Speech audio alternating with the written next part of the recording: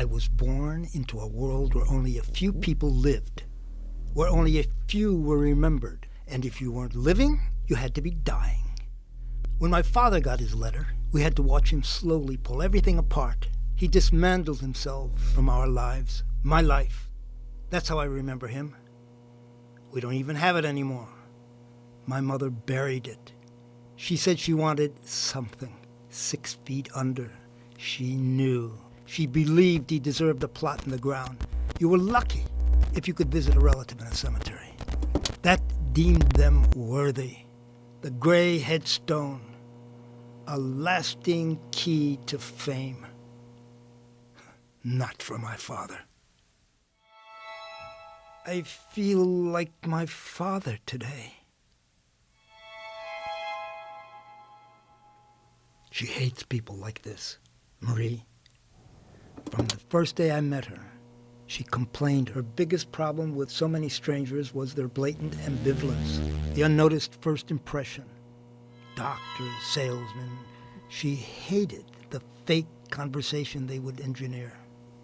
Yes, it was tailored to you personally, but it was all the same. Yet, they must know what I'm thinking.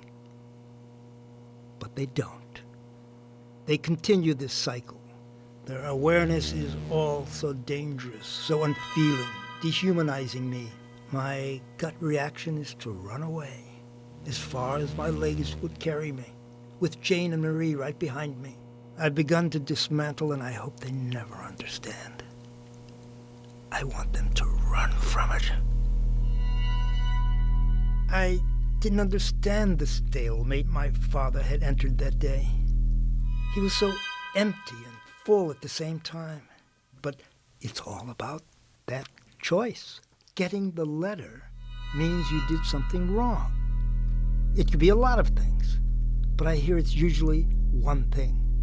One single choice you make, rather impulsively. I don't think he ever figured it out. It drove him mad. His mind consumed by that choice.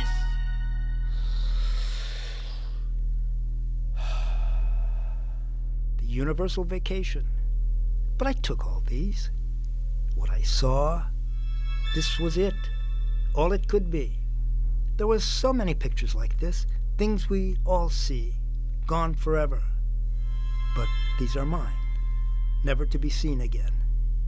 It was our first-year anniversary, Marie and I. We'd been here before, like every other young couple living in the city, but I remember this was a different kind of day.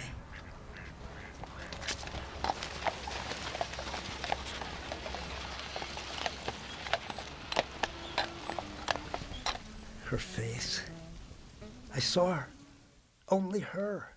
And I desperately wanted to say something, but it was Marie's day, her plan. I wouldn't have been there if she hadn't begged me and insisted, but she was unlike something that I'd ever seen. I felt alive looking at her, really whole. It was a flash right before my eyes, the vision of her, and then she was gone, never to be seen again. Could that have been the wrong choice? The one choice they tell you made wrong, that alters the course of your life, separates you in a lower class of people, the Neo-2 caste system in the States? It must have been her.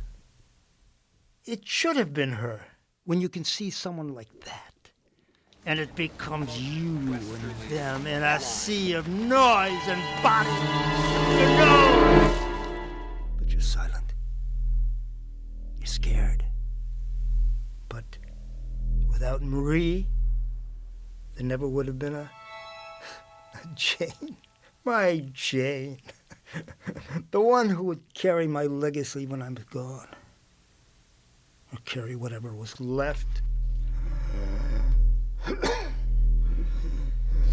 Oh. It's a weird sensation. A new kind of consciousness. Being told you have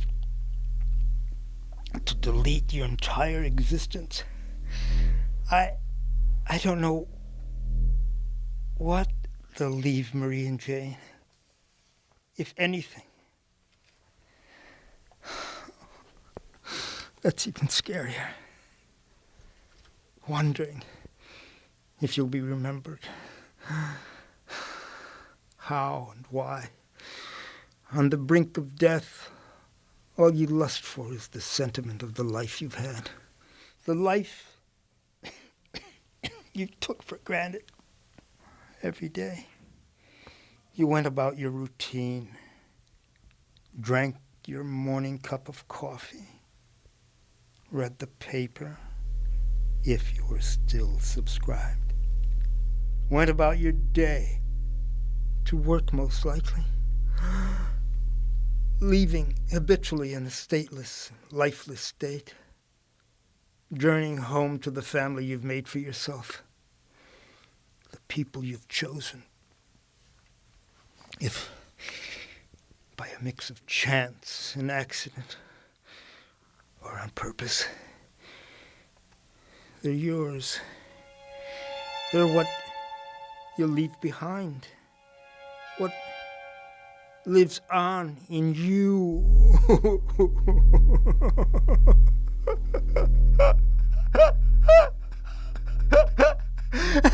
And what do you have left for them?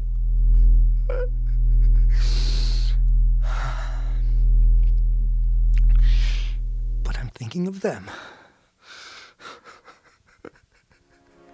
Consuming my thoughts until they're gone. That's how we're supposed to end. But what if it ended differently? Because you're thinking of her. She consumes your thoughts until the end, your dying day. She's what dismantled you, the choice you die for.